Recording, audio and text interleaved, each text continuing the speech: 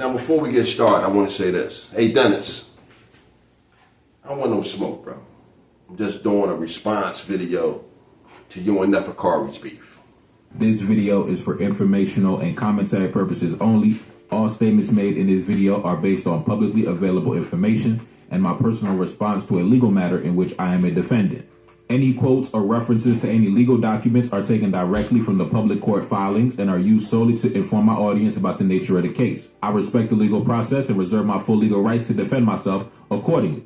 What's going on, America and the rest of the world? Xander J. Hobson here, comedian, director and producer of boxing documentaries and troll.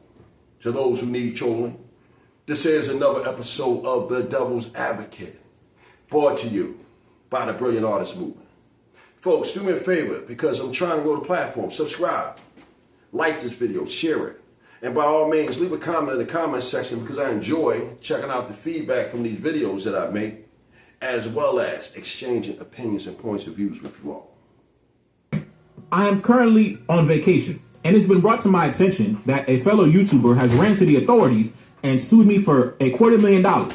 His name rhymes with Lennis Jerling. If you remember, this individual made a video about his desire to sue African nations for selling his ancestors into slavery. Of course, I responded to his video and debunked his position and embarrassed him with finesse and historical accuracy. Now, because my video was so powerful and my position could not be debunked, he has decided to run to the authorities to sue me for emotional distress and defamation of character. It's funny how individuals preach about quote-unquote black male leadership until they get intellectually challenged by one. Then suddenly it's lawsuit season. Y'all be careful out here. Some of these quote-unquote red pill alpha males turn into plaintiffs in the courtroom real quick. So anyway, folks, I was scrolling through YouTube and I happened to find my man Neferkare's channel. I can't pronounce his whole name, man. It's too difficult. But I see that Dennis Spurling is suing him. I'm gonna, share some of the, information that was, shared in the lawsuit. The reason why he's suing me for $250,000, right? He said that, and I quote, "These videos contain false and defamatory statements presented as fact, including labeling the plaintiff, Dennis Spurling, as a failed lawyer, a weed carrier for the late Kevin Samuels, a sloppy and disheveled dude, a coward in a cheap suit, a secretary and a charlatan, a fake revolutionary, and a clout chaser trying to get AdSense money." Now, I don't know much about Dennis Spurling. I know that he was a Kevin Samuels affiliate, and he pretty much picked up the ball after Kevin Samuels died. So before doing this video, I scrolled through Dennis's channel, and he had some content that I could rock with. Now, I've been rocking with Neferkare for a minute now. I think he's a talented young man. He's very informative. Now, in my video, I basically was saying to Dennis Spurling that you're trying to convince the United States government to sabotage their own strategic interests. As you heard in my opening statement, we need to be putting more resources in AFRICOM to combat what China and Russia and Iran are doing, rather than looking at taking away attention and resources. Now, as I've said in previous testimony, Africa remains a nexus theater from which the United States cannot afford to shift its gaze. Africa is a nexus theater for the great power competition, and Africa's strategic importance has only grown, with transnational terrorism on the rise, as well as China and Russia working to undermine our interest on the continent. That translation, that means that Africa is the most important battlefield for economic, military, and political influence on the planet currently right now.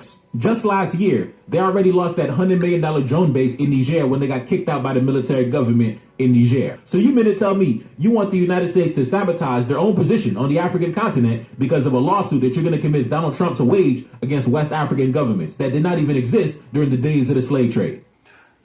Nowadays, a lot of people get on YouTube and beef. And the main reason why people get on YouTube and beef is because the person that they're beefing with can't reach out and touch them. Not too long ago, a husband and wife got killed. Why? Because the husband was beefing with another YouTuber. And not only was he beefing with him, this genius, decided to go on vacation in the town with the guy that he was beefing with. And the guy walked up on him and shot and killed both of them. Hey, listen, that was horrible. But my point is, you have to be careful out here in these YouTube streets because you don't know who you're beefing with. You know, you see people online and you feel like you know them, or you might start disliking this person for whatever the reason. Maybe it's because you disagree with the position that they've taken. Hey, listen, you got to be respectful at all times. And it seems as though Neferkare has gotten on the wrong side of Dennis Spurling. Now, I'm going to say this to Neferkare. I just had to hire a lawyer not too long ago, and it was pretty costly. And I don't know what the lawsuit entails between you and Dennis, but it's my understanding that he's suing you for $250,000. Now, personally, I don't think that Dennis is out to get $250,000 from you, young man. But you know what? Dennis is out to make you spend money. It's just like this thing with the Puff Daddy trial.